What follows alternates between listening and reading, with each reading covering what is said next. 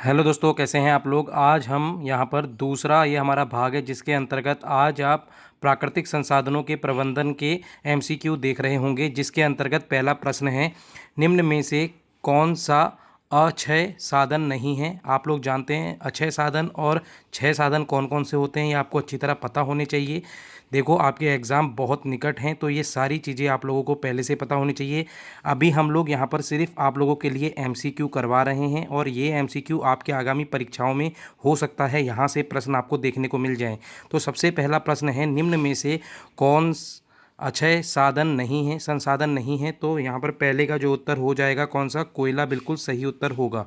ठीक है, आगे बात करते हैं। प्राकृतिक संसाधन को विवेकपूर्ण प्रयोग करने का उपाय आप लोग सब जानते हैं, जिसको हम 3R भी कहते हैं। आप लोगों को 5R भी करके जाना है, बहुत ज़्यादा महत्वपूर्ण है। 5R भी बहुत ज़्यादा महत्वपूर्ण है। आगे चलते हैं। निम्न में से कौन सा क्षयशील संसाधन नहीं है। क्षयशील संसाधन कौन सा नहीं है, पेट्रोल, जीवाश्म ईंधन, वन और सौर ऊर्जा। आप लोग जानते हैं क्षयशील कौन सा नहीं होगा, जो सूर्य से प्राप्त होगा, सौर ऊर्जा। आगे चलेंगे। जैव विविधता दिखाता है, आप जानते होंगे 22 मई को जैव विविधता दिवस भी मनाया जाता है। और यहाँ पर जो दिखा रहा है वो कौन होगा, वन, मृदा, जलीय स्थान, ये तीनों हो जाएंगे। वन संरक्षण में दावेदार होते हैं, आप लोग अच्छी तरह जानते हैं कौन कौन होंगे। इसमें वन विभाग होता है, स्थानीय लोग होते हैं, उद्योगपति होते हैं, तथा इसके अंतर्गत यदि हम बात करेंगे तो वन्य जीव के जितने भी समर्थक होते हैं वह भी हो जाते हैं। आगे चलेंगे। वन्य जीवन के लिए प्राणियों को संरक्षण प्राप्त हुआ है, तो किसके अंतर्गत होगा, ये सभी बिल्कुल सही उत्तर हो रहा होगा, बाघ, गैंडा और शेर। ये इम्पॉर्टेंट हैं, यहाँ से प्रश्न पूछा गया था पिछली बार। वन्य जीव संरक्षण, प्राणियों को संरक्षण प्राप्त हुआ है इन तीनों में।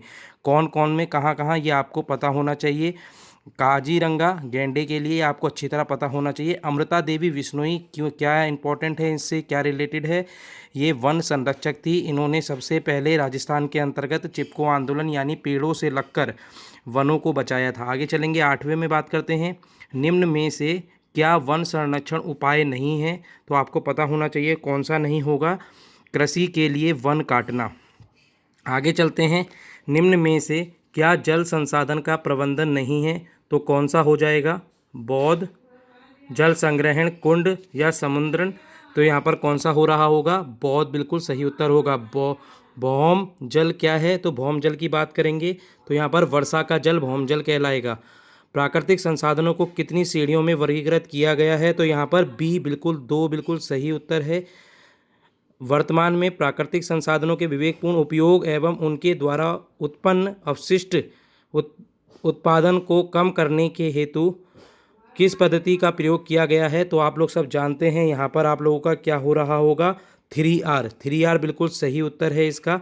कहीं कहीं पर 5R भी अब आजकल चल रहा है, तो 5R अगर 3R की जगह है तो आप 5R भी आपको लगा सकते हैं। 5R भी बहुत ज़्यादा इंपॉर्टेंट हो जाएगा। आगे चलते हैं। वह ठोस कार्बनिक ईंधन जो पृथ्वी के भूगर्भ में पाया जाता है, ये आपको पता होना चाहिए कौन सा होगा, तो कोयला होगा। कोयला कितने प्रकार के होते हैं, यहाँ से भी प्रश्न बनते हैं। सबसे उत्तम प्रकार का कोयला कौन सा है, ये भी इंपॉर्टेंट है।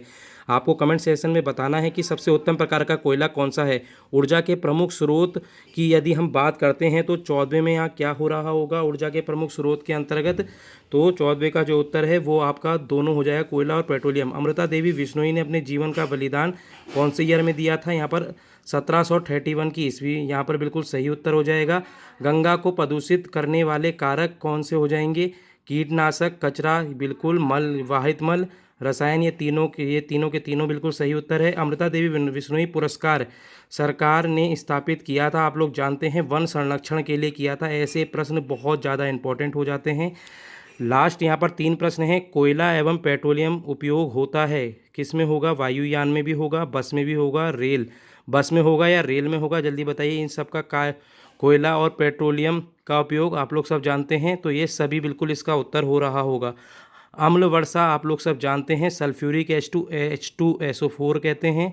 नाइट्रिक अम्ल HNO3 होता है, आप लोग अच्छी तरह जानते होंगे।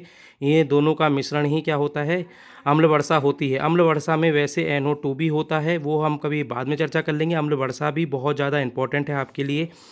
आज का लास्ट प्रश्न है जन सहभागिता। जन सहभागिता है स्थानीय लोगों से वन संरक्षण में सहयोग। स्थानीय लोगों से वन संरक्षण में सहयोग, इसका सही उत्तर हो रहा होगा। ये दोनों बिल्कुल गलत हो जाएंगे, याद रखना। ठीक है, तो 20वें का क्या हो जाएगा?